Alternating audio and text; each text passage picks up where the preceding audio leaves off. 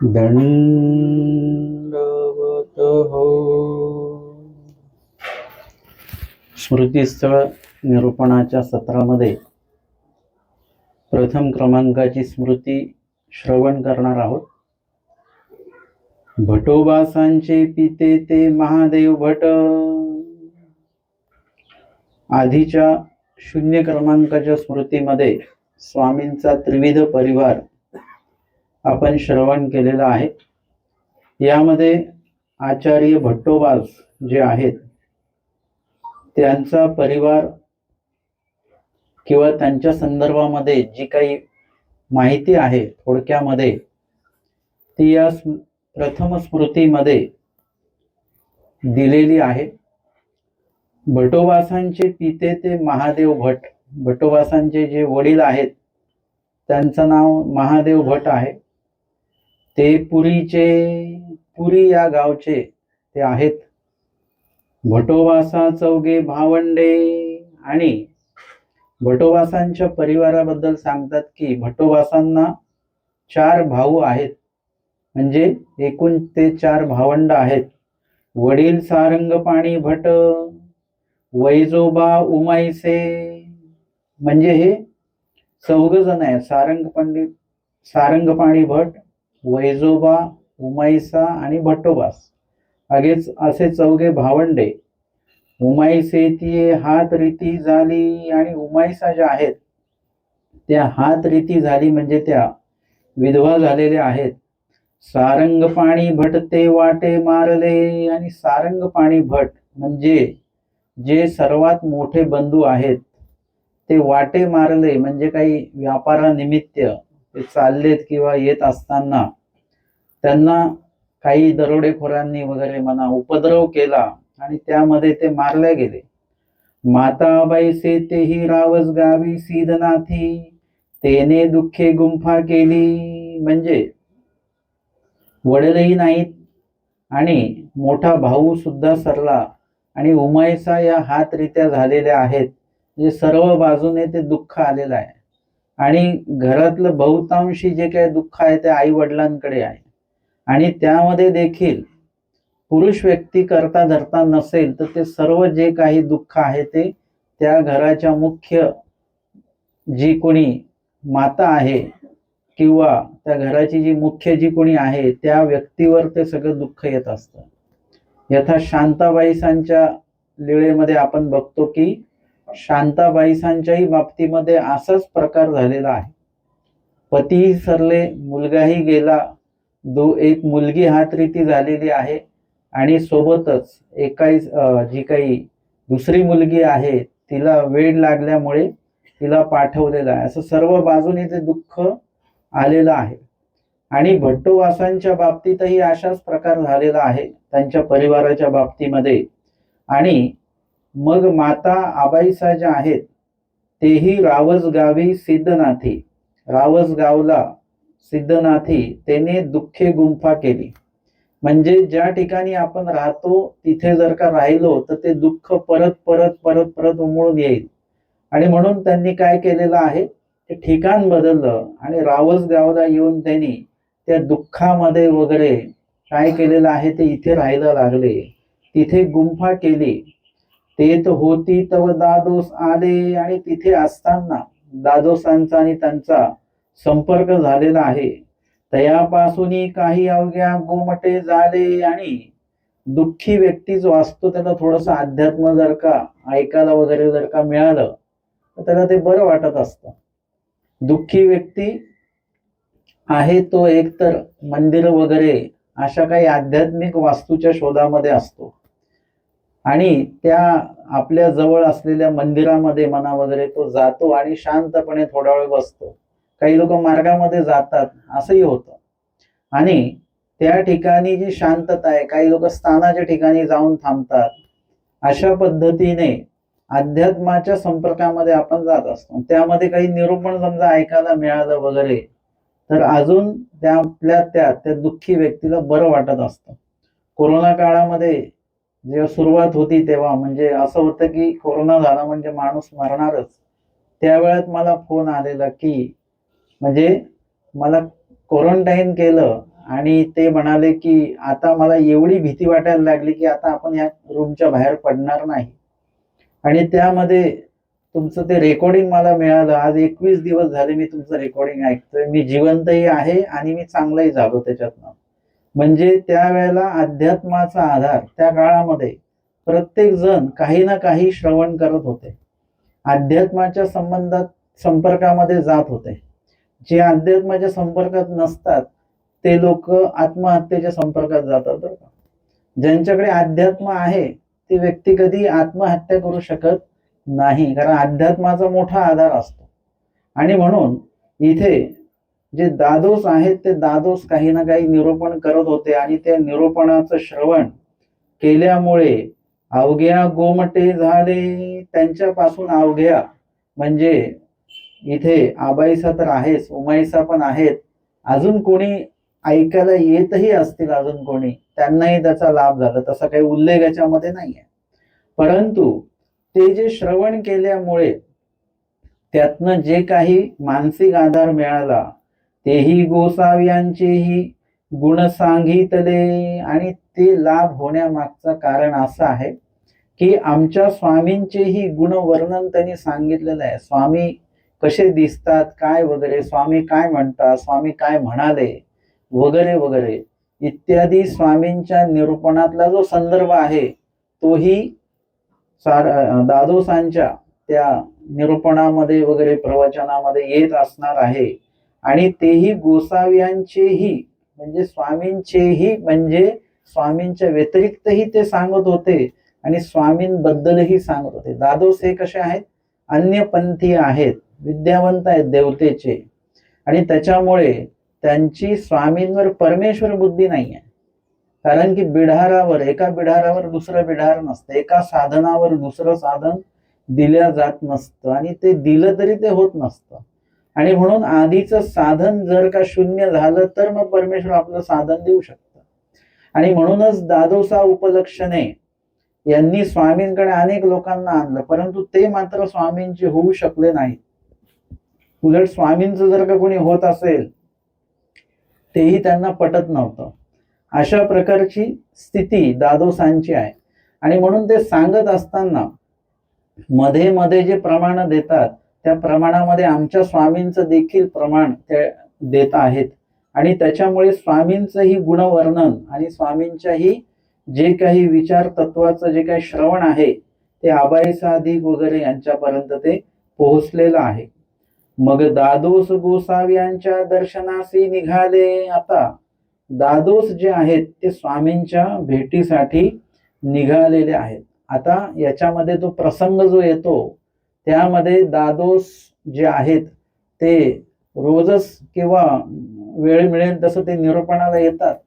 आणि एक दिवशी भट्टोबास, आता हे भट्टोबासांचं पूर्वकाळ जो आहे म्हणजे एवढं दुःख प्राप्त झाल्यानंतर आचार्य भट्टोबास जे आहेत ते आयुष्यावर किंवा नियतीवर एवढे नाराज आहेत की त्यांनी हातामध्ये तलवार घेतलेली आहे, म्हणजे चुकीचा मार्ग त्यांनी स्वीकारलेला आहे.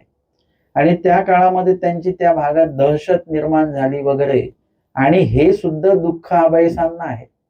सगळं गेलं तर गेलं, ज्या गोष्टी दृष्टीआड गेल्या त्या काही दिवसांनी आपण थोडस विसरल्यासारखं होतं. दृष्टी पुढे जे काही भट्टोबासांचं वागणं आहे ते मात्र त्यांना अजिबातच जास्त दुःख देणारं होतं. आणि म्हणून ते गाव सोडून इकडे आलेले आहेत रावस गावला. आणि एकदा काय झालं की दादोस जे आहेत, दादोसांचं निरूपण सुरू आहे त्या गुंफेमध्ये, आणि तेवढ्यामध्ये भट्टोबास जे आहेत ते तिथे आले आईला भेटायला. आणि भेटायला आल्यानंतर बघितलं की बाहेर चप्पल आहे, ती कोणाची आहे, पुरुषाची चप्पल आहे. आणि समोर दादोस दिसले. भट्टोबासांनी काय केलं, तलवारीच्या टोकाने त्या चपला उचलल्या आणि त्या फेकून दिल्या, भिरकावून दिल्या. दादोसांनी ते बघितलं आणि ते घाबरून गेले की म्हणजे आपल्या चपलांची ही स्थिती आहे तर आपली स्थिती काय होईल. आणि म्हणून ते घाबरून बाहेर आले. त्यानंतर भट्टोबास जे आहेत ते आईशी त्यांचा वाद झाला. आणि मग आईने म्हटलं की तुला जसं वाटतं तसं हे व्यक्ती नाही आहे, हे आम्हाला चांगलं अध्यात्म निरूपण करतात वगैरे वगैरे. आणि भट्टोबासांचाही अधिकार जो आहे त्यावेळी आलेला आहे. स्वामींच्या नावाचं श्रवण व्हावं एवढा अधिकार भट्टोबासांना त्यावेळी तो समोर आलेला आहे. अर्थातच भट्टोबासांनी प्रेमोपाय जोडावा अशा प्रकारचा आभार त्यांनी जोडून ठेवलेला आहे. परंतु तुर्तास लगेच तो वेळ येणार नाहीये. आधी दर्शन, स्पर्शन, संभाषण, अवलोकन वगैरे अशा टप्प्याने ती कणव वाढते. आणि भट्टोबास आईशी थोडासा वादविवाद झाल्यानंतर भट्टोबासही थोडासा विचार करतात. ते म्हणतात, ठीक आहे, तू म्हणतेस ना ते महात्मे आहेत, तर मग माझ्या बोलवण्याने येतील का ते? म्हणजे जर का खरंच महात्मे असतील तर त्यांना कुठल्याही प्रकारचा राग येणार नाही आणि ते मी बोलवलं तर ते येतील. मग ते ठीक आहे म्हणले, जा तू. आणि मग भट्टोबास गेले आणि भट्टोबासांनी त्यांना बोलवलं, चला परत गुंफेमध्ये. आणि दादोस गपचूप आलेले आहेत. आता मुळात दादोस महात्मे होते म्हणून आले की भट्टोबासांना घाबरून आलेले आहेत की नाही गेलो तर परत नको काहीतरी वेगळं व्हायला, म्हणून ते आलेले आहेत. आणि हीच गोष्ट जी आहे भट्टोबासांच्या अनुकूलतेला कारणीभूत ठरलेली आहे. आणि ते थोडे शांत झाले आणि मग स्वामींबद्दल चर्चा, म्हणजे काहीतरी चर्चा झाली. त्या चर्चेमध्ये मग भट्टोबास त्यांना विचारतात की तुमच्यापासनं स्थिती आनंद होतो असं मी ऐकलं, आई सांगते, बहीण सांगते आहे. तेव्हा दादोस अजून घाबरले. त्यांना वाटले की आपण हो म्हणावं आणि जर का त्यांना स्थिती आनंद नाही झाला तर आपण खोटे ठरू. मग ते म्हणाले की हो, माझ्यापासून स्थिती आनंद होतो, परंतु माझ्यापासून होईलही किंवा नाही पण होईल, परंतु आमचे जे स्वामी आहेत त्यांच्यापासून मात्र नक्की स्थिती आनंद होतो. असं म्हटल्यानंतर स्वामींचं नाव उच्चारण झालं आणि मग काय झालेलं आहे की भट्टोबासांना स्थिती झाली. नामे वेद, नाम जे आहे त्या नामाचं श्रवण केल्याने सुद्धा वेद होतो. नावाचं जर का नामाचा आपण स्वतः उच्चारण केला तरी सुद्धा वेद होतो. दोन्हीकडनं आहे. स्वतः उच्चारण केलं तरी सुद्धा नामाच्या संदर्भात, म्हणजे ते नाम त्याच पद्धतीने उच्चारलं पाहिजे बरं का. आता मी किती श्री चक्रधर म्हटलं तरी तुम्हाला वेद नाही होणार. ते त्या पद्धतीने मी पण म्हटलं पाहिजे. तो अधिकार समोरच्यांचा पण असणं आवश्यक आहे. किंवा मीच उच्चारलं तर मला तो वेद व्हावा, तर माझी त्या प्रकारची आवडी असली पाहिजे. जसं एखाद्या पदार्थाचं नाव घेतलं तर लगेच आपल्याला तो पदार्थ खाऊसा वाटतो, म्हणजे वेद निर्माण होतो. तो पदार्थ कधी भेटेल कधी भेटेल अशा प्रकारचं आमच्या श्रीकृष्ण महाराजांच्या नामाचं उच्चारण ऐकलेलं आहे. आणि सोबतच काय झालेलं आहे की त्यांचं गुणवर्णनही ऐकलेलं आहे. कोणी? रुक्मिणींनी. आणि तेव्हापासनं त्यांना तो वेद निर्माण झाला. विरह ज्वर भरलेला आहे, म्हणजे याला वेद असं म्हटलं जातं. नामे वेद. आणि नामासोबत गुणवर्णन देखील त्याच्यामध्ये असल्यामुळे त्या ठिकाणी जो वेद होतो त्याच्यामध्ये नामवेद, मार्गवेद, मूर्तिवेद, स्थानवेद असे चतुर प्रकारचे वेद सांगितलेले आहेत. आणि भट्टोबासांना देखील आता तो वेद निर्माण झालेला आहे. स्थिती आनंद. आणि त्यांच्या लक्षात आलं की स्वामींचं नाव ऐकले आपल्याला ते स्थिती आनंद सुरू झालेले आहे. आणि म्हणून अवघ्या गोमटे झाले, म्हणजे सगळ्यांनाच त्याचा आनंद मिळालेला आहे. तेही गोसाव्यांचेही गुण सांगितले. आणि भट्टोबासांपुढे आता त्यांनी काय केलेलं आहे, स्वतःला थोडं बाजूला ठेवून स्वामींबद्दल गुणवर्णन त्यांनी अधिक प्रमाणामध्ये केलेलं आहे. आणि स्वामींबद्दल म्हणजे स्वामी कसे दिसतात वगैरे वगैरे, स्वामींचे सौंदर्य, औदार्य वगैरे याबद्दल जेही स्वामींना बघायचे, त्यांच्या मनामध्ये जे स्वामींबद्दल जी काही भूमिका तयार व्हायची ती तशीच्या तशी ते लोक इतर लोकांना सांगायचे आणि त्यामुळे अनेकांना वेद व्हायचा. तशा प्रकारे इथे दादोसांनी स्वामींचे गुण सांगितले. आणि मग जेव्हा केव्हा दादोस स्वामींच्या दर्शनाला निघाले, ते निघाल्यानंतर भट्टोबास जे आहेत ते त्यांना विचारतात का मी तुमच्यासोबत येऊ शकतो का स्वामींच्या भेटीला? ते बोलले काय हरकत नाही, येऊ शकता तुम्ही. आता तिथे आबाईसा, उमाईसा आहेत. त्यांना असं वाटलं की ज्या स्वामींबद्दल आपण एवढे दिवस ऐकतो आहे आणि ज्या स्वामींच्या नामात श्रवणाने भट्टोबासांमध्ये नागदेवामध्ये एवढा बदल झालेला आहे, तर आपणही त्यांच्या भेटीला का जाऊ नये? आणि दादोस नेहमीच त्यांच्याबद्दल सांगत असतात. आणि मग आता बोलायचं कसं भट्टोबासांशी? आता तो सात्विक झालेले आहेत ते, म्हणून आपण विचारावं आणि चिडले तर तरी देखील भीत भीत त्यांनी विचारलं की आम्हीही येऊ शकतो का? आणि भट्टोबासांनी त्यांनाही सोबत घेतलेलं आहे. आणि मग सरीसी आबाईसे उमाईसे भट्टोबास महादाईसे ऐसी श्रीनगरा आली. म्हणजे तिघी जणी ज्या आहेत, आबाईसा, उमाईसा आणि महादाईसा, महादाईसा देखील हात रीते आहेत. आणि त्या तिघी देखील आणि सोबत भट्टोबास देखील हे दादोसांसोबत कुठे आलेले आहेत? सिन्नरला स्वामींची आणि भट्टोबासांची प्रथम भेट झालेली आहे. आबाईसा, उमाईसा, महादाईसा आणि भट्टोबास यांची प्रथम स्वामींशी भेट जी आहे ती सिन्नर या ठिकाणी स्वामींचं अवस्थान आहे. आणि तिथे हे सर्व मंडळी तिथे गेलेले आहेत. त्यामध्ये महादाईसांना स्वामींना किंवा उमाईसांना यांना स्वामींना भेटण्याची एवढी ओढ आहे की भट्टोबास आणि दादोस हे बाजारामध्ये काही पूजा द्रव्य आणण्यासाठी म्हणून गेलेले आहेत. आणि त्यांना जायला आणि यायला, जाणं, खरेदी करणं आणि परत येणं याच्यामध्ये काही वेळ अंतर जाणार आहे. तेवढं ही वेळ त्यांना महादाईचा किंवा उमाईसा यांना थांबवलेलं नाही. त्यांना असं झालं कधी स्वामींची भेट आपण घेतो. आणि ते म्हणाले की तोपर्यंत आपण जाऊन येऊया. आणि ते स्वामींकडे गेले, स्वामींना भेटले वगैरे. स्वामींनी विचारलं कुठले तुम्ही, काय वगैरे, कुठे चाललात? तेव्हा ते एकदम त्यांना प्रश्न अनपेक्षित होता. ते म्हणाले आम्ही त्र्यंबकेश्वरला चाललेलो आहोत. म्हणजे मुळात आलेले स्वामींना भेटायला, पण स्वामी असा काही प्रश्न करतील असं त्यांना अपेक्षित नव्हतं. आणि मग त्यानंतर गेले आणि परत भट्टोबासादिकांसोबत ते परत भेटायला आलेले. तेव्हा स्वामींना पुन्हा त्या भेटल्या. म्हणजे भट्टोबासांच्या आधी देखील महादाईसांची जी भेट आहे आणि उमाईसांची भेट आहे स्वामींशी झालेली आहे. गोसाव्यांशी दर्शन झाले. आता इथे भट्टोबासांबद्दल विशेष सांगणं सुरू आहे. म्हणजे तेथ काय झालेलं आहे की पुन्हा स्वामींची आणि भट्टोबासांची भेट झाली.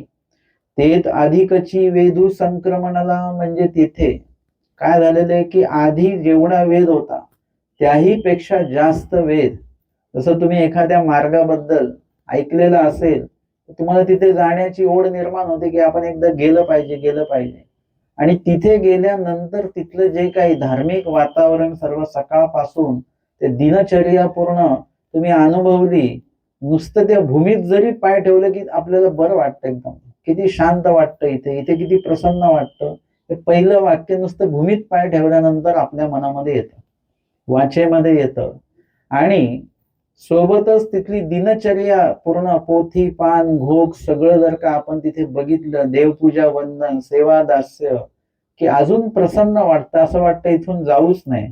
म्हणजे हे काय आहे की जो वेद आपल्या धार्मिक ह्याच्यामध्ये किंवा आध्यात्मिक ह्याच्यामध्ये किंवा दैवराटीमध्ये आपल्याला जो गुण निष्पन्न झालेला आहे तो गुण वाढला पाहिजे बरं का. तो कमी नाही झाला पाहिजे किंवा तो तेवढाच नाही राहिला पाहिजे. आम्ही 25 वर्ष झालो 10च गाठी स्मरण करतो. ते 25 वर्षामध्ये आपल्या स्मरणामध्ये वाढ नाही झाली. आम्ही 2च तास स्मरण करतो, 1च तास स्मरण करतो. काहींचं तर असं आहे की आम्ही उपदेश नवीन घेतला तेव्हा आमच्या 15 गाठ्या स्मरण व्हायच्या. आता वेळच नाही मिळत. म्हणजे काय झालं, उलट जेवढे आपण जुने होऊ तेवढं आपलं स्मरण वाढलं पाहिजे. वेद भट्टोबासांचा वाढला, प्रगती झाली पाहिजे. तुमच्या वेदामध्ये प्रगती झाली पाहिजे, बोधामध्ये म्हणजे ज्ञानामध्ये तुमची प्रगती झाली पाहिजे, आचरणामध्ये प्रगती झाली पाहिजे, स्मरणामध्ये सेवादास्यामध्ये प्रगती झाली पाहिजे. है ना. मुलं पुढे पुढे जातात तसं इयत्ता वाढतात, नोकरी वाढते तसं वेतन तसं वाढतं, है ना. सगळ्या गोष्टी वाढतायत, परंतु अध्यात्म मात्र वाढत नाही. अध्यात्म तेवढंच राहतं. किंबहुना असं होतं की जे प्युअर अध्यात्म आहे त्यामध्ये शोक्ती शास्त्रोक्तीचं मिश्रित झाल्यामुळे मूळ जसं दूध आहे चांगलं, त्याच्यामध्ये पाणी टाकलं तर काय होतं, त्या दुधाची गुणवत्ता कमी कमी होत जाते.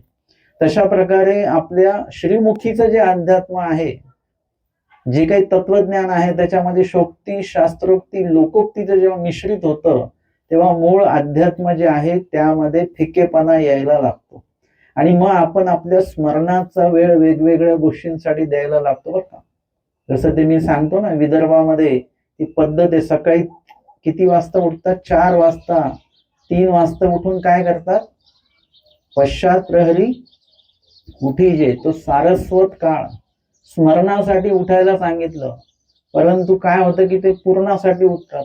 पुरणपोळी बनवण्याची पद्धत आहे सकाळी, मार्गशीर्ष महिना असेल, अवतार दिन असेल, म्हणजे तो वेळ कसला आहे? तो राखीव वेळ आहे बरं का. 3 ते 6ची वेळ ही परमेश्वराने राखीव ठेवलेली आहे. फक्त स्मरण, चतुर्विध दुःखेसी चतुर्विस्मरण. त्या काळामध्ये तुम्ही जर का दिवे लावत असाल, फुलं वाहत असाल, ते सांगतात कोणी कोणी सकाळी 3ला उठून आंघोळ करा. कशासाठी? मग दिवे लावा, मग फुलं वाहा. ती वेळ त्याची नाहीये, ती वेळ फक्त स्मरणाची आहे.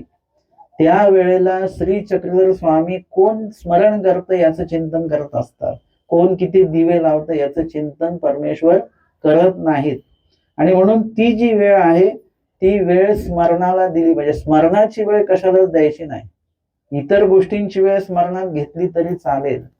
सेवादास्याची वेळ सेवादास्याला, श्रीमुखे वचनाचं पालन करण्याला आपल्याला वेळ देता आला पाहिजे. तर आपला धर्म जो आहे तो वाढणार आहे. आपल्यातला धर्म का कमी होतोय?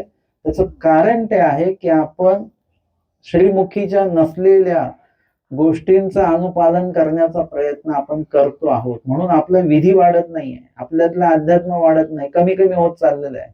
देवा धर्मासाठी आपल्याकडे वेळ नाही. आणि मग एकाच त्या महिन्यामध्ये आपण एवढा देवदेव देवदेव करतो की ते लेखी लागत नाही. तुम्ही एक तर पाणी पित नाही म्हणूनही नुकसान आहे, आणि भेटल्यानंतर एक तांब्याभर गडगड पिलं तर तेही नुकसानच आहे बरं का. त्याच्यानेही लाभ होत नसतो. आपण म्हणतो मी तांब्याभर पाणी प्यालो, पण ते उलट घातक असतं. एकदम एकाच वेळेला एका घोटामध्ये तांब्याभर पाणी पिणं किंवा एक घोटही पाणी न पिणं, दोन्ही गोष्टी नुकसानकारक आहेत. म्हणून आमच्या स्वामींनी काय सांगितलं? जो जन्मक्षेपी म्हणजे पूर्ण वेळ, तुमचा जन्म जो आहे तो एक तर पहिला जन्म होतो तुम्ही या जगामध्ये येता, तो एक जन्म आहे. दुसरा जन्म होतो जेव्हा तुम्ही उपदेश घेता. तिसरा जन्म होतो झालाच तर जेव्हा तुम्ही दीक्षा घेता तेव्हा. तिसऱ्या जन्माची काय खात्री नाही बरं का, होईलच म्हणून. दुसरा जन्म आपला झालेला आहे, आता उपदेश झालेला आहे. तिसऱ्या जन्माचं माहिती नाही होईल की नाही होईल, पण तो तिसरा जन्म आहे. परंतु बोधानंतर जे आहे तो जन्म, किंवा अनुसरणानंतरचा तो आहे तो जन्म, किंवा उपदेशानंतरचा आहे तो जन्म, उपदेशानंतर पासून जे शेवटपर्यंत जो जन्म आहे त्याच्यामध्ये नाम स्मरण आम्हाला सलग करायचं आहे. जो जन्मक्षेपी मरेपर्यंत करायचा आहे. आणि त्याच्यामुळेच आपल्याला काय होईल? श्रीमुखीच्या आचरणाचं जर का आपण पालन केलं तर आपल्यातला अध्यात्म वाढत वाढत जाईल. भट्टोबासांचा आधी जे नाम श्रवण केलं तो वेद कमी आहे, परंतु जेव्हा भेटी झाली तेव्हा काय झालेलं आहे? तो अधिकची वेदू संक्रमणाला, म्हणजे अधिकची वेद जो आहे संक्रमला म्हणजे तो वाढला. त्या वेदाचं संचार झालेला आहे अजून. आणि म्हणजे या ठिकाणी त्यांच्या आवडी, आता वेद म्हणजे आवडी हे लक्षात घ्यायचं, त्यांच्या आवडीमध्ये वाढ झालेली आहे. आवडीत कधी वाढ होत असेल तर ती प्रगती आहे. आवडीत जर का कमीपणा म्हणजे कंटाळा येत असेल, तुम्ही जर का म्हटले की स्मरण करून कंटाळा आला, म्हणजे थोडासा त्याच्यावर चिंतन करावं लागेल आपल्याला. सेवादास्य करून कंटाळा आला असं नाही चालत. आपल्याला तरी आत्ताच्या काळात सीमित सेवा आहेत. आधीच्या काळामध्ये सेवा जी आहे त्या सीमित नसायच्या, जास्त कालावधीच्या असायच्या आणि अधिक कष्टाच्या त्या ज्या सेवा असायच्या. म्हणजे सांगतात आधीच्या काळामध्ये जर का काही मार्गामध्ये रोजचं पचन पाचन भोजन असतं तर त्याच्यासाठी विहिरीतनं पाणी जे आहे ते उपसावं लागायचं. ते पाणी जर का विहिरीतनं उपसलं म्हणजे स्वयंपाकाला जर का ते दिलं तरच स्वयंपाक बनेल, अन्यथा बनणार नाही. ते आता सारखं नाही आहे की बाबा मोटर चालू करून दिली, टाकी भरली, तसं नाही. म्हणजे त्यासाठी देखील कष्ट आहेत. किंवा अजून काही सेवा असतील तर त्याच्यासाठी पण ते कष्ट आहेत. आणि त्या सेवा ज्या आहेत त्याही अल्प काळाच्या अशा सेवा नाही, दीर्घकालीन सेवा आहेत. आणि म्हणून याच्यामुळे काय आहे की आपल्यातले दोष नासत राहतात. आपण सेवादास्य जसं करू तसं दोष नासत राहतात. जसे दोष नासतील तशी योग्यता वाढत राहते. जशी योग्यता वाढेल तसं स्मरण अधिक होतं. आणि जेवढं स्मरण होईल तेवढी परत अजून योग्यता वाढेल. म्हणजे योग्यता वाढवण्याला 2-3 पर्याय उपलब्ध असतात मार्गामध्ये. सेवादास्य, नामस्मरण, तिथलं पोथीपान, देवपूजा वंदन, लीळायुक्त काही भजन श्रवण असतील, तिथे विजनाला बसणं असेल, या सगळ्या गोष्टी ज्या आहेत ते योग्यता वाढवण्याला एकदम पूरक कार्य करत असतात. आणि म्हणून मार्गात आपण राहतो किंवा जातो त्यावेळेला आपल्याला जी उजळता येते, तुम्ही 1 दिवस राहा, 8 दिवस राहा, तुमच्यामध्ये जी उजळता येते ते त्याचं कारण ते आहे की आपल्यातलं जे काही उजळता आहे ती वाढायला लागते. आपल्यातली आवडी जी आहे ईश्वराविषयी, ईश्वर साधनाविषयी, ईश्वर सेवेविषयीची, ती वृद्धिंगत व्हायला लागते. आणि तेच जर का आपण परत इकडे वळलो, म्हणजे जोपर्यंत संलग्न मागे आहे आपला तोपर्यंत उजळत आहे, पण संलग्न जर का पुढे आला, संलग्न पुढे कधी येतो, जेव्हा तुम्ही मार्गाकडे पाठ करता. देवाकडे तुम्ही पाठ केली की संलग्न आपोआप पुढे येऊन जात असतो, है ना. सूर्याकडे पाठ केली तर काय होतं, सावली समोर येऊन जाते. सूर्य म्हणजे परमेश्वर असतील की परमेश्वराचे साधन असेल, त्याच्याकडे जर का तोंड केलं आपण तर सावली आपली मागे जाते. म्हणजे संलग्न जो आहे तो मागे येऊन जात असतो. संलग्न पुढे आला की मग आपल्याला घराची आठवण येते. एरवी निरूपणामध्ये आपल्याला घराची आठवण येत नाही, पण घराची आठवण यायला लागली की समजायचं संलग्न पुढे आलेला आहे. चेष्टकत्व सुरू झालं संलग्नाचं. पण जर का तुमची आवडी अधिक वाढत असेल तर मात्र तुम्हाला कशाची आठवण, तहान, भूक वगैरे काही तुम्हाला लागणार नाही. पैठणला स्वामींचा अवस्थात असताना ती जी माय धुवा म्हणजे आई आणि मुलगी येते, मुलगी स्वामींना बघून वेधल्या जाते. तिने जाताना स्वामींना बघितलेलं आहे, ती तेव्हाच वेधल्या गेलेली आहे. आणि नंतर आल्यानंतर सरळ स्वामींच्या समोर बसली. आईने जेव्हा पुन्हा पुन्हा म्हटलं चल चल चल उशीर होतो आहे, आणि ती उठली तर तिला उठल्याच क्षणी ताप आलेला आहे. म्हणजे ती इतका वेद तिचा वाढलेला आहे. आणि तो जो काही घरी घेऊन गेल्यानंतर तो ताप तिचा वाढतोय, तो ताप नाही वाढत. तुमच्या आमच्या दृष्टीने तो ताप वाढतोय, पण ती आवडी वाढते. ती जेवढी आवडी वाढते तेवढा तिचा ताप वाढतो आहे. तो विरह ज्वर आहे. तो कुठला अलीकडच्या काळातला ताप नाही येतो. आणि त्याच्यामुळे हा जो वेद आहे तो वेद असा वृद्धिंगत झाला पाहिजे. देवाधर्माविषयीची आवड आपली माझ्या वाक्याप्रमाणे वाढली नाही तरी चालेल एखाद्या वेळेस, पण ती कमी पण नाही झाली पाहिजे. कदाचित तेवढं स्मरण राहिलं पाहिजे, चालेल, परंतु कमी नाही होता कामा. एखाद्यास वाढलं तर चांगलीच गोष्ट आहे. आणि आचार्य भट्टोबासांचा वेदू अधिक संक्रमला, यावरी भट्टोबासा आणि 6 भेटी झाल्या. भट्टोबासांच्या किती भेटी झाल्या? 6 भेटी झालेल्या आहेत त्यानंतर. आणि 6व्या भेटीमध्ये त्यांना 6वी बोधू झाला. 6व्या भेटीमध्ये त्यांना बोध झालेला आहे. आधीच्या 5 भेटींमध्ये काय झालं मग ना, आधीच्या 5 भेटींमध्ये त्यांना बोध होण्यासाठी जे काही अडथळे होते ते अडथळे त्याच्यामध्ये नासलेले आहेत. पहिल्या भेटीत बोध नाही देता येत. म्हणजे ज्यांना पंथाचा आचार्य बनवायचंय त्यांना पहिल्या भेटीत बोध देता नाही आला देवाला, कारण की ते अडथळे आहेत काही. आणि ते अडथळे नासणे, अधिक आवडी वाढणे, या सगळ्या गोष्टी मिळून आल्या पाहिजेत, तेव्हा जाऊन कुठेतरी त्यांना तो बोध होणार आहे. आणि म्हणून आचार्य माहीम भट्टांना प्रथम भेटीतच बोध झालेला आहे. त्यांच्याकडे तर कितीतरी अहंकार होता, परंतु एकाच भेटीमध्ये एका भेटीमध्ये आणि काही वेळामध्ये त्यांना तो बोध होतो. परंतु माहीम भट्टोबासांना मात्र 5 भेटी व्हाव्या लागतात. 5 भेटींमध्ये अधिक आवडी वाढते. स्वामी तर येथून तुम्हा सित्यांतर किंगा, दादोसांनी सांगितलं त्यांना की स्वामींचा प्रसाद वाटला जाईल तो आम्ही सगळे घेऊ, कारण मी स्वामींचा शिष्य आहे आणि तुम्ही स्वामींचे शिष्य नाहीत, त्याच्यामुळे तुम्ही स्वामींचा प्रसाद घ्यायचा नाही. म्हणजे जर का स्वामींचा प्रसाद घेतला तर ते स्वामींचे होऊन जातील हे दादोसांना पक्क माहिती होतं. आणि ज्या वेळेला तो प्रसाद वाटप, तांबूळ प्रसाद वाटप सुरू झाला, भटोबासांनी पण हात पुढे करून दिला. तो प्रसाद त्यांनी हातावर घेतला आणि ते मनामध्ये बोलतात की दादोसांनी तर खायला सांगितलं नाही प्रसाद, परंतु आता आपल्याला तो खायचा आहे, कारण की जर काही ईश्वर पुरुष असतील तर निश्चितच मला या प्रसादाचा लाभ होईल, आणि नसतील ईश्वर पुरुष तर मी कितीक लोकांची उष्टे खाल्लेलेच आहे, तर हे पण खाल्ले जाईल. असा दोन्ही पद्धतीने विचार केला आणि प्रसाद ग्रहण केल्यानंतर त्यांना लाभच झाला. आणि स्वामी म्हणतात येथूनही तुम्हाला स्थित्यंतर टिंग, आता तुमच्यामध्ये इथूनच बदल होणार आहे, तुमच्यामध्ये स्थित्यंतर होणार आहे, मूळ स्थितीमध्ये बदल होत होत जाणार आहे. आणि अशा 5 भेटी झाल्या आणि 6व्या भेटीमध्ये संगमेश्वर या ठिकाणी भटोबासांना बोध झालेला आहे. 7वी अनुसरले, 7व्या भेटीमध्ये अनुसरलेले आहेत. मी थोडस मागे या संदर्भामध्ये लीळा सुरू होती तेव्हा मी थोडस चिंतन केलं आणि भटोबासांची भेट जी आहे, अनुसरण जे आहे ते 7व्या भेटीमध्ये नाही झालं, ते 8व्या भेटीमध्ये झालेलं आहे. 7व्या वेळेला भटोबास आले, खडकोलीला आले, स्वामींशी चर्चा संवाद वगैरे झालाय, बोलणं झालेलं आहे आणि परत ते आई सोबत स्वामींकडचा निरोप घेऊन निघालेले आहेत, निघाले आणि नंतर मग परत आलेले आहेत. म्हणजे कितवी भेट झाली आता ती 8वी भेट झाली. आणि त्या 8व्या भेटीमध्ये म्हणजे 7व्या भेटीमध्ये अनुसरण झालेलं नाही.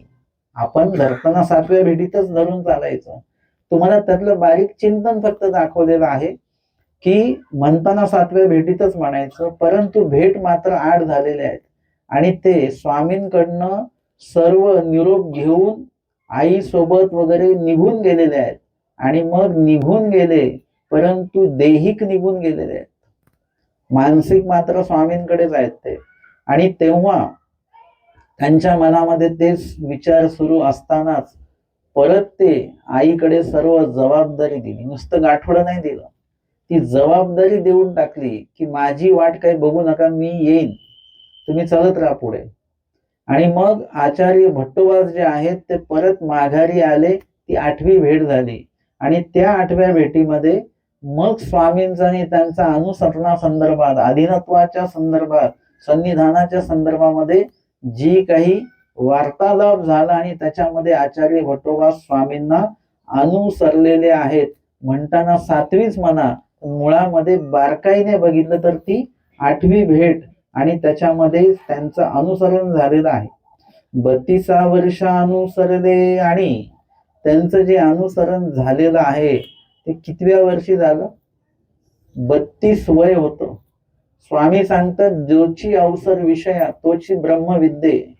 जो वेळ तुम्ही प्रपंचाला देता, मुळामध्ये म्हणजे सर्व लोकांच्या मनामध्ये काय असतं की देवधर्म कधी करायचा, फार वय झालं, आपण प्रपंचाचे काहीच कामाचे नाही राहिलो, दिसणं कमी झालं, ऐकणं कमी झालं वगैरे, मग आपण देवाचं करायचं. आता त्यावेळेला वाचता येत नाही, ऐकता येत नाही आणि वाचन वगैरे पण होणार नाहीये, सेवा दास्य पण होणार नाहीये. आणि त्या काळामध्ये आता देवाचं व्हायचं, तसं नाही चालत. तुम्हाला तुमच्या आयुष्यामध्ये जेही मिळवायचंय, चांगलं किंवा वाईट, हे तुम्ही तुमच्या त्या उमेदीच्या काळातच मिळवू शकता. शिक्षणाचा एक वेळ जातो आणि नंतर जबाबदारीचा एक वेळ येतो ना. ब्रह्मचारी आश्रम संपल्यानंतर गृहस्थ आश्रम जो सुरू होतो म्हणजे जबाबदारीची वेळ पूर्ण, त्यावेळी प्रपंचाची जबाबदारी तुमच्यावर येत असते. तीच वेळ, त्याच वेळात तुम्ही सगळं मिळवू शकता बरं का. तुम्ही सगळं हिशोब करून बघा की तीच वेळ सगळ्या गोष्टींची, लग्नाची तीच वेळ, नोकरीची तीच वेळ, पुन्हा काय काय प्रगती करायची तीच वेळ, सगळ्या गोष्टींची वेळ तीच असते, एकच. तो एक चौक आहे, त्या चौकातनच तुम्हाला सगळीकडे जाता येतं. तुम्ही चौकातनं पुढे निघून गेल्यानंतर मग आता तुम्ही म्हटले रस्ता बदलायचा आहे, तर आता बदलता नाही. तुम्ही म्हणाल मग तिथेच सांगायचं चौकामध्ये, तिथूनच आपण गेलो असतो. तशा प्रकारे हे जे काही तारुण्य आहे ते तारुण्य सगळ्या गोष्टी मिळवण्याचं एक ठिकाण आहे. मग तिथे तुम्ही म्हणाल की आम्ही म्हातारपणी देव मिळवू, तर नाही. त्याची जे काही बीज आहेत ती इथेच आम्हाला या तरुण ह्याच्यामध्ये जोची अवसर विषया, जी वेळ तुमची उमेदीची आहे त्याच वेळामध्ये तुम्हाला प्रापंचिक कार्य तर तुम्ही करतच आहात, सगळ्या जबाबदाऱ्या पार पाडतच आहात. त्याच वेळेला सेम टाइम तुम्हाला तिथे अध्यात्म, देवधर्म, अभ्यास वगैरे सगळं तिथेच करायचं आहे. वय झाल्यानंतर कुठल्याही क्षेत्रातला अभ्यास होत नसतो, लक्षात घ्या. त्याच वयामध्ये तुम्हाला थोडा वेळ काढून तुम्हाला अभ्यास करायचा आहे ना. आपण एक घर एकच बांधत असतो, पूर्ण हॉल एक मोठा बांधता तुम्ही, त्याच्यामध्ये भिंत टाकली की तुम्ही म्हणता हा हॉल झाला बरं का, त्याच्यात दुसऱ्या ह्याच्यात भिंत टाकली की तुम्ही म्हणतात हे किचन झालं बरं का. तसं जर का बघितलं, तुम्ही एकच हॉल बांधलेला आहे पण त्याच्यात विभाग करून तुम्ही विविध कप्पे जे आहेत ते घरामध्ये तयार केले, त्यांना ते नाव तुम्ही देऊन दिलेलं आहे. तशा प्रकारे आयुष्य एकच आहे, त्याला एक एक कप्पा तरी आपल्याला देता आला पाहिजे. तुम्ही प्रपंचात आहात तर प्रपंचाचा एक कप्पा असला पाहिजे, तुमच्या दैवराटीचा सुद्धा एक कप्पा असला पाहिजे. परंतु अभ्यास मात्र तुम्हाला तिथेच करायचा आहे. कुणी म्हणेल तुम्ही प्रपंचात आहात तर तुम्हाला अभ्यासाची गरज नाही, असं नाही. तिथेच आचार्य भटोबास प्रपंचातच आहेत. 6व्या 5व्या भेटीपर्यंत त्यांना तेच तर ज्ञान दिलं देवाने. प्रपंचात असलेल्या व्यक्तीला का ज्ञान दिलं? किंवा माहीम भट्ट प्रपंचातलीच व्यक्ती आहेत ना, मग त्यांना का स्वामींनी बोध दिला? का बरं त्यांना पूर्वी प्रकरण निरूपण केलं? पुन्हा पुन्हा एवढ्या महत्वाच्या विषयावर त्यांच्या चर्चा झाल्या माहीम भट्टांसोबत स्वामींच्या. उगच माहीम भट्ट अनुसरणाला प्रवृत्त नाही झालेले, म्हणजे त्याच वेळात तर त्यांना ज्ञान दिलं, प्रपंचात असताना ज्ञान दिलेलं आहे स्वामींनी. आणि म्हणून त्याच वेळेला आपल्याला तो वेळ जो आहे तो देता आला पाहिजे. म्हणून 32 वर्ष अनुसरण झालेलं आहे. काहींचं 32 वयापर्यंत उपदेशही होत नाही.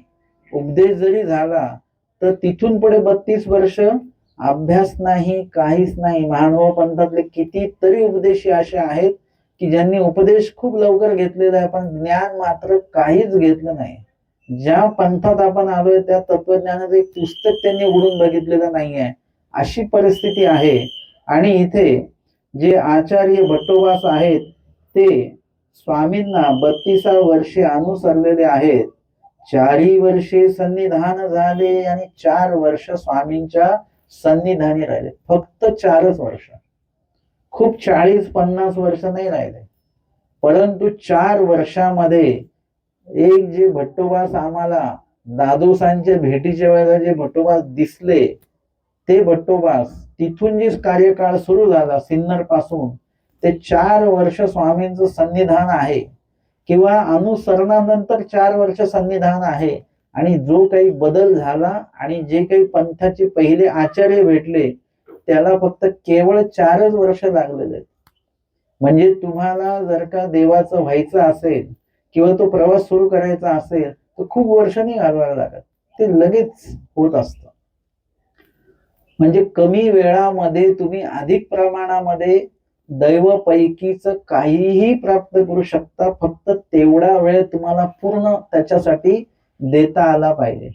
आता तुम्हाला जर का एक 5 स्थळाचा एक अभ्यास तुम्हाला जर का करायचा झाला तर कमीत कमी 5-1 वर्षामध्ये एक नॉर्मल अभ्यास जो आहे, एरवी तर ब्रह्मविद्येचा अभ्यास कधीच पूर्ण होत नसतो, पण तुम्हाला एक बेसिक माहिती म्हणा वगैरे पाठांतर म्हणा, हे केवळ 5 वर्षामध्ये जर का वेळ दिला रोजचा तर त्या 5 वर्षामध्ये एक तोंड ओळख म्हणा किंवा त्याला एक पाळी असं म्हणतो आम्ही, ते होऊन जात असते. आणि मग त्याच्यावर तुम्ही पुन्हा पुन्हा पुन्हा हे करून मग त्याच्यातली सखोलता, चिंतन, हे ते सगळं आयुष्यभर केलं तरी ते कमीच कमी आहे. आणि अशा पद्धतीने 4 वर्ष स्वामींचं सन्निधान झालं. त्यामध्ये त्यांतू 6 मास श्रीप्रभूंचा सन्निधानी गेले, 6 महिने श्रीप्रभूंच्या सन्निधानी गेले. म्हणजे आता किती वर्ष राहिले? 4 वर्षातनं 6 महिने वजा केले, किती वर्ष राहिले? 3.5 वर्ष. आऊठ वर्षे आमच्या गोसाव्यांच्या सन्निधानी भरली. आऊठ वर्ष म्हणजे 3.5 वर्षच फक्त आता स्वामींच्या सन्निधानी आहेत. म्हणजे परमेश्वर अवताराच्या सन्निधानी 4 वर्ष आहेत, परंतु आमच्या स्वामींच्या सन्निधानी फक्त 3.5 वर्ष आहेत. आणि 6 महिने त्यातले कुठे गेलेले आहेत? रिद्धपूरला. कधी ना, जेव्हा भटोबासांना वाटायला लागलं की माझ्याशिवाय स्वामींचं काहीच नाही, म्हणजे मी पाहिजेच, असं जेव्हा त्यांना वाटायला लागलं, त्यावेळेला आमच्या स्वामींनी त्यांना अभेर दिलेला आहे. म्हणजे त्यांच्यातलं जो काही दोष आहे किंवा गैरसमज आहे, ते जर का वाढत गेली तर काय होईल? परमेश्वरातलं आणि त्यांचं अंतर वाढून जाईल. आणि म्हणून स्वामींनी त्यावेळी त्यांना ते दुःख देऊन त्यांना तो दोष नासायचा आहे. कारण की भट्टोबासांची आवडी अपार आहे. जरी भट्टोबासांच्या मनामध्ये हा विचार जरी आला तरी एक बाजू आपण फक्त बघितली की दोष आला, पण दुसरी बाजू अशी आहे की भट्टोबासांना स्वामींविषयी अपार आवडी आहे. ते स्वामींपासून वेगळं नाही राहू शकत. यथा इथे जसं बाईसांचं आहे ना, तसंच कुठेतरी भट्टोबासांचं, पण यावर आपलं चिंतन अधिक झालेलं नाही कधी. भट्टोबासांची पण आवडी तेवढीच आहे. आणि जेव्हा स्वामी सांगतात इथून निघून जा, तेव्हा मात्र भट्टोबासांना ते कसं तरी झालेलं आहे. तशीच आवडी डांगरेशांची पण आहे बरं का, त्यावर आपलं चिंतन नाही झालं. आपण फक्त भक्तांच्या आवडीबद्दल बोलतो, पण इकडे डांगरेशांची सुद्धा आवडी तेवढीच आहे की ईश्वराचा वियोग ते सहन करू शकले नाहीत. वियोग म्हणजे काय? फक्त स्वामींनी बाजूला जायला सांगितलं, निघून नाही जायला सांगितलं डांगरेशांना, तरी पण सहन नाही झालं. इतकी आवडी असणं. भट्टोबासांना पण स्वामी सांगत निघून जायतून, कुठे जा वगैरे काय नाही, आमच्या डोळ्यासमोर राहायचं नाही, नाहीतर अशा ठिकाणी टाकू तर परत भेटही होणार नाही. म्हणजे काय की जर का तो भट्टोबाचा दोष वाढत गेला तर काय होईल? स्वामींपासनं ते वेगळे होऊ शकतात आणि मग पुढे अशा ठिकाणी जातील की देवाची त्यांची भेटच होणार नाही. म्हणून तो दोष टाळण्यासाठी, गुण वाढण्यासाठी म्हणून स्वामी सांगतात निघून जा. पण भट्टोबासांची आवडी एवढी आहे की ते देवापासून लांब नाही राहू शकत, म्हणून देवाजवळच गेले. देवापासूनच निघाले आणि गेले कुठे? देवाजवळच गेले, रिद्धपूरला, परमेश्वरपूरला गेलेले आहेत. आणि स्वामींना जे तेव्हा म्हणतात की मी परमेश्वरपूरला जाऊ का? कारण गोसा स्वामींनी श्री प्रभू सुद्धा परमेश्वराचे अवतार आहे ते सांगितलेलं आहे. म्हणजे आपण मार्गातनं घरी आलो तरी आपण देवाजवळच आलो पाहिजे. देवाचं आणि आपलं जे काही संधान आहे, तो सांधा आहे, तो कुठे जरी गेलो, तुम्ही जगाच्या पाठीवर कुठेही जा, तुमचा तो सांधा तुटला नाही पाहिजे. भट्टोबासांनी तो सांधा तसाच्या तसा ठेवलेला आहे. घर सोडलं आणि स्वामी म्हणाले इथे आम्ही तुम्हाला अधीनत्व जे आहे आमचं स्वीकारावं लागेल. ते अधीनत्व आचार्य भट्टोबासांनी शेवटच्या श्वासापर्यंत तसंच्या तसं ठेवलेलं आहे. स्वामींनी जरी काढून दिलं तरी परमेश्वरपूरलाच गेले, इकडे तिकडे नाही गेले. आणि त्या ठिकाणी आता 6 महिने काय झालं, जरी श्री प्रभूंच्या सन्निधानी होते तरी सन्निधान आमच्या स्वामींचंच होतं त्यांना. हे पण एक लक्षात घ्या. 4 वर्ष इथे सांगतात की 4 वर्षे सन्निधान झाले. वाक्य कसं आहे? 4 वर्षाचं सन्निधान आहे. म्हणजे 4 वर्षामध्ये जे 6 महिने परमेश्वरपूरला राहिले त्याच्यामध्ये श्री प्रभू अवताराचं सन्निधान तर आहेच, पण आमच्या स्वामींचं देखील सन्निधान त्या 6 महिन्यात आहेच. त्यांना नाही अशातला भाग नाही. कारण की जेव्हापासनं निघाले तिथून तर परत पोहोचेपर्यंत केवळ स्वामींच्या नामाचं स्मरण आहे, चिंतन आहे, कधी स्वामी मला बोलवतील अशा प्रकारचा ध्यास त्यांना लागलेला आहे. आणि म्हणून जेव्हा ते निघतात, स्वामी त्यांना म्हणतात, निरोप पाठवतात की आधी रिद्धपूरला, परमेश्वरपूरला गेलात तर आधी भट्टोबासांना भेटा आणि त्यांना आमचा निरोप सांगा, आम्ही तुम्हाला बोलवलेला आहे, जसे आहेत तसेच निघायचं. तर भट्टोबा जे तिथून निघाले श्रीप्रभूंची आज्ञा घेऊन, तर ते रस्त्याने येताना भिक्षा वगैरे मागायची, भोजन करायचं, पण झोपायचं कसं? आडवं झोपायचं नाही, उभं झोपायचं. एखादं झाड दिसलं त्या झाडालाच उभं राहून झोप घ्यायची त्याच्या आधाराने. कारण की जर का भट्टोबास थोडे अशक्तही आहेत आणि ती चिंता आहे त्यांना, कदाचित त्यांना अजून एक चिंता आहे की आपण जर का झोपलो, एखादा थकलेला अशक्त माणूस झोपला, तो कमीत कमी 6-7 तास झोपू शकतो. त्या अशक्तपणामुळे त्याच्यात आपल्याला जाग नाही आली, तेवढं अंतर वाढेल आणि तेवढ्या अंतरात स्वामींचा परत मनोधर्म बदलला तर. म्हणून जेवढं जमेल तेवढ्या लवकर पोहोचायचं. तर झोप कशी घ्यायची? झाडाच्या आधाराने उभ्या उभ्या झोप घ्यायची, की थोडं पडायला लागली की डोळे लगेच उघडणार, लगेच परत चालायला लागायचं. म्हणजे थोडा जरी 5 मिनिटं जरी डोळा लागला ना, तरी एक गुंगी आपली जी असते ती निघून जात असते. आणि मग असं करत आलेले आहेत. मी हे ह्याच्यासाठी सांगतोय की एवढ्या 6 महिन्यामध्ये स्वामींविषयी एवढी अपार आवडी भट्टोबासांची, जी आधी तर होतीच पण अधिक वाढली. भट्टोबास जे आहेत ते, जसं दादोसांनी पण तो प्रयत्न केला, भट्टोबासांना लांब घेऊन गेले, परंतु की यांची आवडी कमी होईल तर त्यांची आवडी अजून वाढली. भट्टोबासांचं कसं वेगळं आहे. आपण जर का आता निरूपण ऐकतो, आपण निरूपणाची आवडी आता एकदम छान वाटलं, निरूपण संपलं, समाप्ती झाली की काही वेळाने परत आपण त्या कन बाबळी सारखं परत जैसे ते तैसे होऊन जातो. म्हणजे ती आवडी शून्य होते. परत जेव्हा केव्हा निरूपण सुरू होईल तेव्हा परत ती आवडी निर्माण होते, नंतर परत शून्य होऊन जाते, आवडी कमी होऊन जाते. भट्टोबासांचं तसं नाहीये. भट्टोबासांना जेवढं स्वामींपासून लांब नेणार तेवढं भट्टोबासांची आवडी वाढत जाते. ही भट्टोबासांची विशेषता आतापर्यंत आपल्या लक्षात आली नसेल. आमचे स्वामी जेव्हा बीजे करून उत्तर दिशेला जातात तेव्हा काय झालं?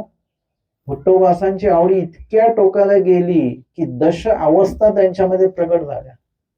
अभिलाषात चिंताच स्मरणं गुणकृतनम उद्वेगश्च प्रलापश्च उन्मादो व्याधी रेवच जडता मरण, या दश अवस्था प्रकट झाल्या. जेवढे स्वामी लांब गेले तेवढं भट्टोबासांची आवडी अपार अपार वाढते. ही भट्टोबासांची विशेषता सन्निधानी असन्निधानी दोन्हीकडे आपल्याला बघायला मिळते.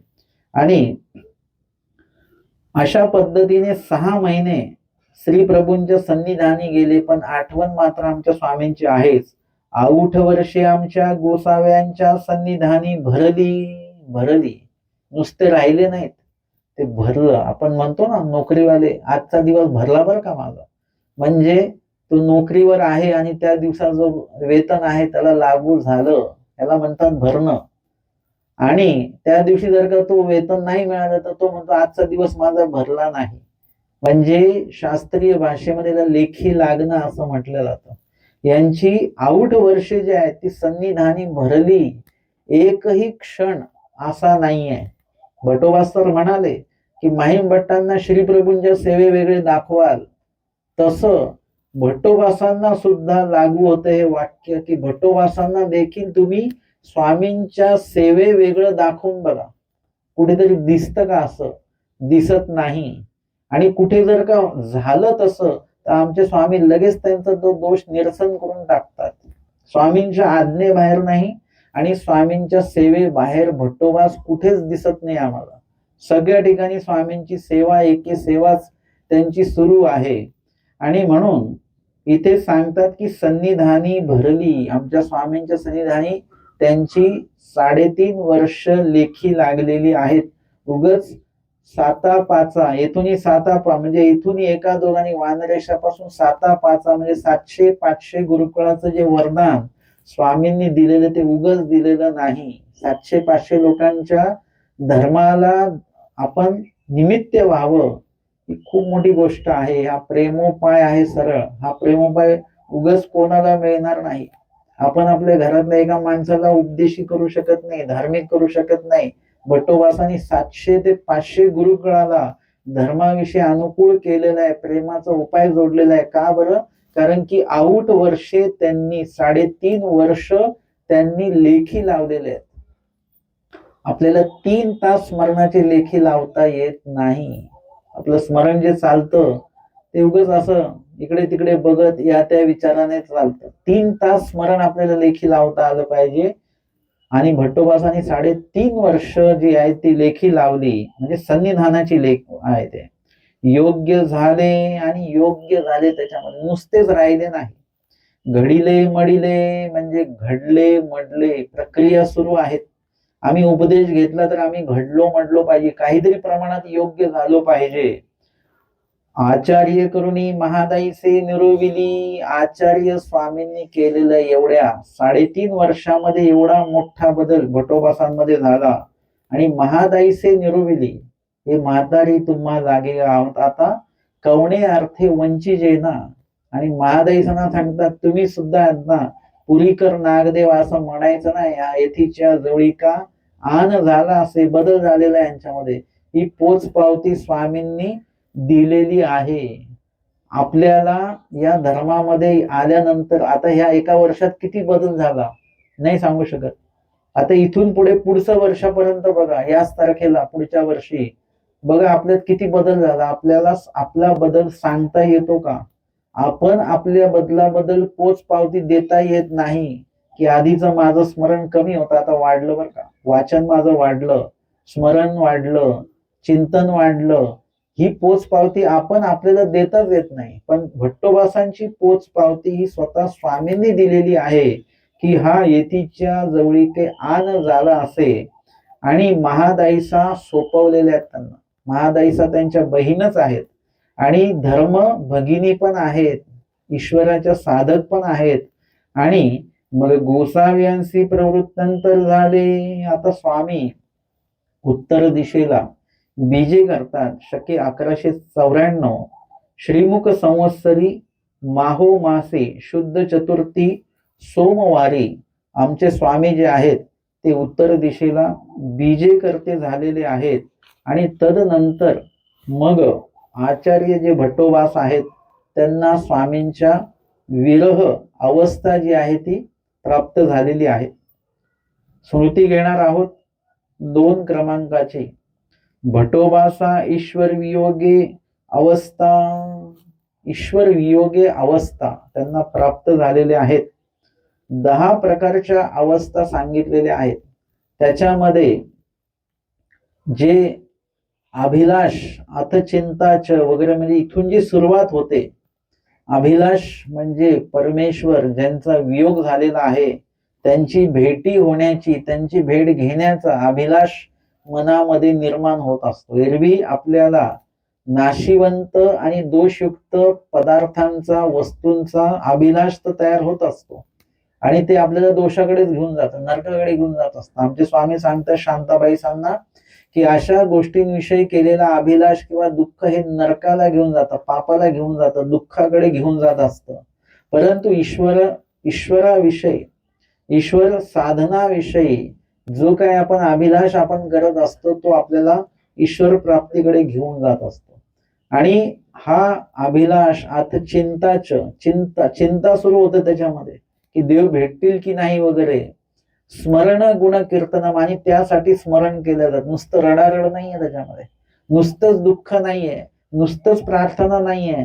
तर त्याच्यामध्ये परमेश्वर कशाने प्राप्त होईल त्याचा उपाय पण त्यांना माहितीये, स्मरण. तो स्मरणही त्याच्यामध्ये ते केलं जातं. आणि अशा पद्धतीने ते त्याची जी शेवटची अवस्था आहे ती जडता मरण. जडता म्हणजे जडत्वासारखं किंवा निर्जीव वस्तू सारखं, एकदम अजिबात हालचाल नाही, हालचाली बंद होऊन जातात.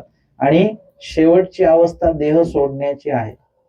जसं आचार्य भट्टोबासांना जे स्वामींनी विरह दिल्यानंतर मग सांगतात की गोसावी बीजे केल्या उपरी भटोबास विरहे निघोनी गेले. भटोबास विरहे, आचार्य भट्टोबा स्वामींच्या विरहामध्ये निघून गेलेले आहेत, तिथेच थांबले नाहीत. अवस्था प्रगटलिया ते कवणाही चोजवती ना. अवस्था प्रगट झालेल्या आहेत, 10 अवस्था प्रगट झाल्या आणि देह सोडण्याच्या अवस्थेपर्यंत ते पोहोचले. ते कवणाही चोजविती ना म्हणजे कोणी त्यांना समजवू शकत नव्हतं. कसं समजवणार तुम्ही एखाद्याला? समजा एखाद्याचा हात जो आहे तो तुटला, आता त्याला तुम्ही कसं सांत्वन करणार सांगा? तुम्ही त्याला सांत्वन नाही करू शकत. तुम्ही म्हटले ना एक हात तुटला तर काय दुसरा हात आहे की? हे सांत्वन नाहीये. त्याचं ते जी पोकळीकता आहे, जे काही नुकसान झालेलं आहे ते कधीच तुम्ही भरून काढू शकत नाही. कुणाचंच नुकसान आपण कधीच भरून काढत नसतो, काढताच येत नाही ते. तसं भट्टोबासांचं सांत्वन तुम्ही कसं करणार ते सांगा? करता येत नाही. शांताबाईसांचं सांत्वन कसं करणार? नाही करतायत, कुणीच नाही करू शकत. आमच्या स्वामींनी ते केलेलं आहे. म्हणजे आमचं सांत्वन जर का ईश्वर वियोगाचं असेल तर ते सांत्वन ईश्वरच करू शकतात. शांताबाईसांचाही तो अधिकार आहे की त्यांचं सांत्वन ईश्वर भेटीमध्येच होणार आहे, तर ते ईश्वर भेटीमध्येच झालेलं आहे, ते इतर कुठे नाही होऊ शकत. किंवा मग आपल्याला भट्टोबासांचं जर का सांत्वन करायचं म्हटलं तर तुम्ही आम्ही कोणीच सांत्वन करू शकत नाही. मग त्यामध्ये तुम्ही म्हटले की नाही नाही, मग स्वामींच्या सन्निधानातले काही जागा, स्थान, वस्तू वगैरे याच्याने देखील ते सांत्वन होणार नाही. 3 विरहींचा जो दृष्टांत आहे विरहिणींचा, त्याच्यामध्ये शेवटची असते तिला त्या पतीचा निरोपही चालत नाही, त्याच्याने तिला सुखासी नाही आहे. पतीने पाठवलेल्या वस्तू बघून सुद्धा तिला सुखासी नाहीये, तिला ते पती जेव्हा समोर दिसेल तेव्हाच. तसं एखाद्याला परमेश्वराचा निरोप म्हणजे ज्ञान ऐकून समाधान वाटेल, एखाद्याला परमेश्वराच्या संबंधित वस्तू पाहून समाधान वाटेल, पण तिसरी विरहिणीचा जो पुरुष आहे त्याला मात्र असं परमेश्वराच्या वस्तूने नुसतं समाधान होणार नाही, ज्ञानाने समाधान होणार नाही. त्यांच्यासाठी तोची व्हावा, तोची भेटावा. आर्त जो सांगितलेला आहे पुरुष, आर्त गुणाचा, त्याला बाकी काही नको, फक्त परमेश्वर म्हणजे परमेश्वरच पाहिजेत. म्हणजे इतक्या टोकाची आवडी त्या जीवाची आहे. आणि म्हणून कोणी ते कवणाही चोजविती ना, म्हणजे कुणीही त्यांना समजावून सांगू शकत नव्हतं. समजून सगळ्यांनी सांगून झालं, परंतु भट्टोबास मात्र कुणाचंही ऐकले नाहीत. मग महादाईसे शोधिती शोधिती गंगा तिरी हुनी परमेश्वर पुरा गेली. महादाईसा भट्टोबासांना शोधत शोधत कुठे गेलेले आहेत? गंगा तीरून निघालेले आहेत, परमेश्वरपूरला पोहोचले. आता भट्टोबास कुठे आहेत? कुठेच भेटत नाहीत. कोण सांगणार आता? तर श्री प्रभू मात्र सांगू शकतील, आणि म्हणून श्री प्रभू पर्यंत पोहोचलेले आहेत. श्री प्रभू गोसाव्यांशी दर्शन झाले आणि श्री प्रभू यांची भेटी झालेली आहे महादाईसांची आणि श्री प्रभूंची. मग दुःख करून पुसले, आणि मग त्यावेळेला दुःख महादाईसांचं उमळून आलेलं आहे की आमचे स्वामी नाहीत आणि दादोसही आता भट्टोबासही नाहीत. हे सगळं दुःख उमळून त्यांना आलेलं आहे. आणि मग ते विचारतात, जीजी श्री चक्रधरे सांडिले, काय नाव आहे महादाईसांचा? श्री चक्रधरे सांडिले. आणि नागदेवही दिसेनाजी, म्हणजे दोन्ही आधार गेलेले आहेत. ज्यांच्याकडे ज्यांनी सोपवलं ते स्वामी निघून गेले, ज्यांच्याकडे सोपवलं ते भट्टोबासही दिसेनात. गोसावी विनती स्वीकारली, ते कुठे आहेत, काय आहेत याच्याविषयी त्यांनी विचारलेलं आहे. आणि मग श्री प्रभू स्वामींनी काय केलेलं आहे? विनंतीचा स्वीकार केलेला आहे.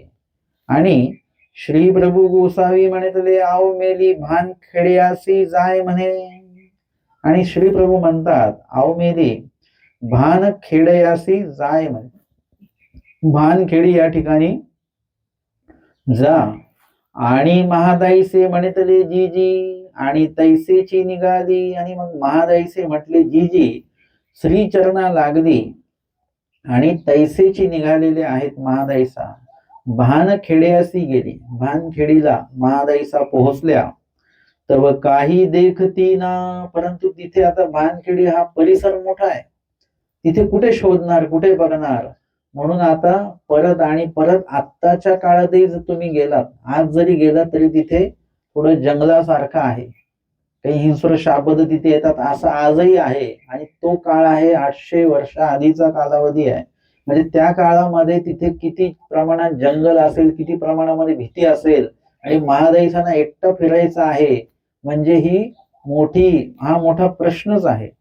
आणि मग राणे डोंगर शोधती, गोपाळा ते पुसिले. मग तरी देखील महादाईसांनी तिथले ते जंगल डोंगर सगळे त्यांनी बघितलेले आहेत, कोहक बघितलेले आहेत, गिरी कपाटी वगैरे सगळं त्यांनी बघितलेलं आहे. आणि मग तिथे जे काही गायी वासरं चारण्यासाठी येतात काही गोळे, त्या गोपाळा ते त्यांनी विचारलं की बाबा असं कोणी काही दिसलं का, काही वगैरे असं. आणि मग त्यांनी सांगितलं, होय देखिला होता आम्ही तयाचा तोंडी कुरंदने पिळू. हो, आम्ही पाहिलं होतं त्यांना. आणि ते दिसले होते, अमके अमके आहेत, असे असे आहेत, ओळख पटली. आणि आम्ही त्यांच्या मुखामध्ये, म्हणजे ते बेशुद्ध आचार्य भटोबा स्वामींची जर का आठवण आली तर बेशुद्ध अवस्थेमध्ये जात असतील, जात होते, भान हरपलेले होते एकदम. आणि त्यावेळेला ते सांगतात की ते दिवसभर असतील समजा भटोबास अशाच अवस्थेमध्ये, तर आम्ही त्यांच्या मुखामध्ये कुरुंदने, म्हणजे द्राक्षासारखं एखादं फळ आहे की ज्याच्यामध्ये पाण्याचं प्रमाण आहे, की ज्याच्यामुळे पाणीही पोटामध्ये जातं आणि अन्न सुद्धा गेल्यासारखं त्याच्यामध्ये होतं, आणि ते चावत नाहीत, म्हणजे त्यांना तो रसच जो आहे तो पिळून ते देत होते. आता इथे लक्षात घ्या की आपण हा विषय कधीच लक्षात घेतलेला नाही यांच्याविषयी. ते गोपाळ जे कुरुंदने त्यांच्या मुखी पिळत होते यांचा विचार आपण कधीच केलेला नाही की यांना काय झालं असेल. आचार्य भट्टोबास म्हणजे कोण आहे हे त्या लोकांना माहितीच नाहीये. आणि त्यांच्याकडनं ते एक प्रकारचं अन्नदान झालेलं आहे. आणि एका अर्थाने दुकाळी का भुकेल्या, दुकाळी तर नाही पण भुकेले आहेत आचार्य. आणि त्यावेळी त्यांच्या मुखी ते कुरुंदने पिळल्या जातात, आणि त्यामध्ये देखील निर्हेतुक आहे, ते कुठलाही हेतू त्याच्यामध्ये नाही आहे. आणि निर्हेतुक आणि भुकेल्या म्हणजे प्रेमाच्या उपायासारखंच एक प्रकार आहे तो. म्हणजे त्यांची जी चाल आहे, लगेच काही त्यांना भजनाचा उपाय किंवा प्रेमाचा उपाय लगेच नाही बोलता येणार, पण त्यांची सुरुवात म्हणजे उत्तम प्रकारची क्रिया त्यांच्याकडनं परमेश्वराने घडून घेतलेली आहे. म्हणजे त्या गोपाळांचं देखील काही ना काही चांगलं जोड आहे. ओलीनी गुणे क्रिया केल्याचं, ईश्वराच्या ठिकाणी क्रिया केल्याचा तो जोड आहे. की आचार्य भट्टोबास हे देखील प्रेमोपायाचे पुरुष आहेत, आणि त्यांच्या ठिकाणी क्रिया घडणं म्हणजे निश्चितच ती भक्तापर्यंत त्यांची क्रिया पुढे जाईल, आणि परमेश्वर अवतारापर्यंत, चारही पुरींच्या पात्रापर्यंत ती क्रिया त्यांची जाऊ शकते. आणि म्हणून अशा प्रकारची उत्तम क्रिया जी आहे ती घडली पाहिजे.